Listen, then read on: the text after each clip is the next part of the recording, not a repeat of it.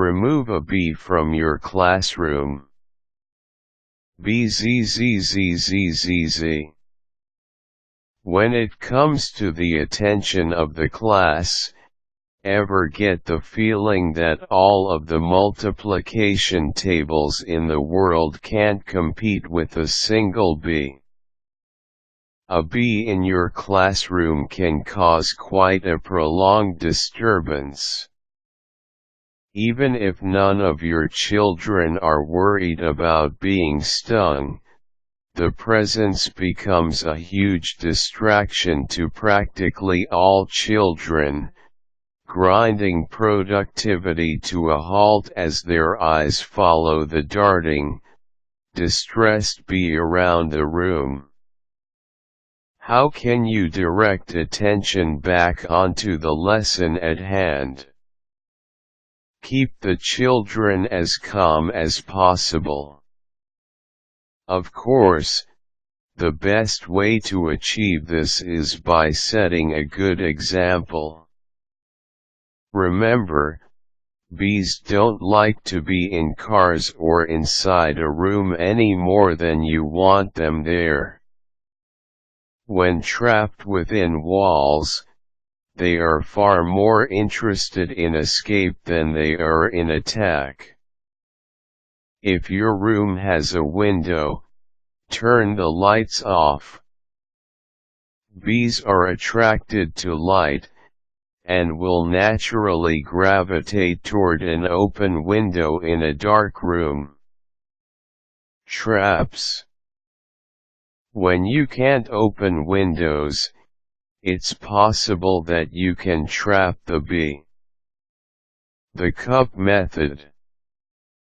Using a cup and a note card or piece of construction paper, you can trap the bee and release it. Wait until the bee has landed on a flat, reachable surface. Act swiftly to cover the bee with the cup. The bee will quickly recognize that it is trapped, buzzing around frantically. Slide the construction paper under the cup to cover the opening. Then you can take the bee outside and release it. Be sure to move away from the bee quickly, as your method has tormented it considerably. Keep a couple clear plastic cups in your room for just such a situation. The fancy contraption. If a bee or wasp is impossible to catch and can't be encouraged to leave the room, a passive approach might be just the trick. You won't want to build an elaborate device on the spot. This method applies best to those of you who are looking to avoid prolonged bee distractions in the future. Here's how to construct a trap to ensnare those bees that just won't leave. Start with a clear plastic jar or 2-liter pop bottle. The pop bottle will be even more convenient as the chamber of your trap. For the clear plastic jar, you will need to create a funnel cone out of some construction paper. Make the paper brightly colored. Tape it so that the paper forms a cone that can rest point inward against the lips of the jar, with an bottom opening that measures about 1 inch in diameter. Add a little sugar water or sweet fruit juice to the container, and then strongly tape the cone to the top of it, sealing the container except for that small entry at the bottom of the cone. For the pop bottle, all you have to do is cut the top of the bottle off about 1/3 of the way down the wall.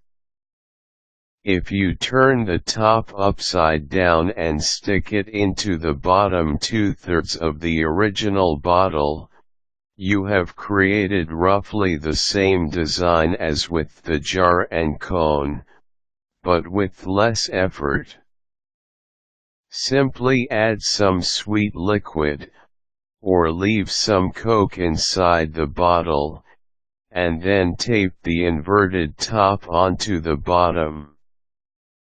When manually catching the bee alive seems impossible, set out one of these traps near a window or bright light. If you notice the bee crawling down the cone toward the opening, you can try to trap it alive by blocking the top of the cone with paper and taking the whole trap outside to release the live bee.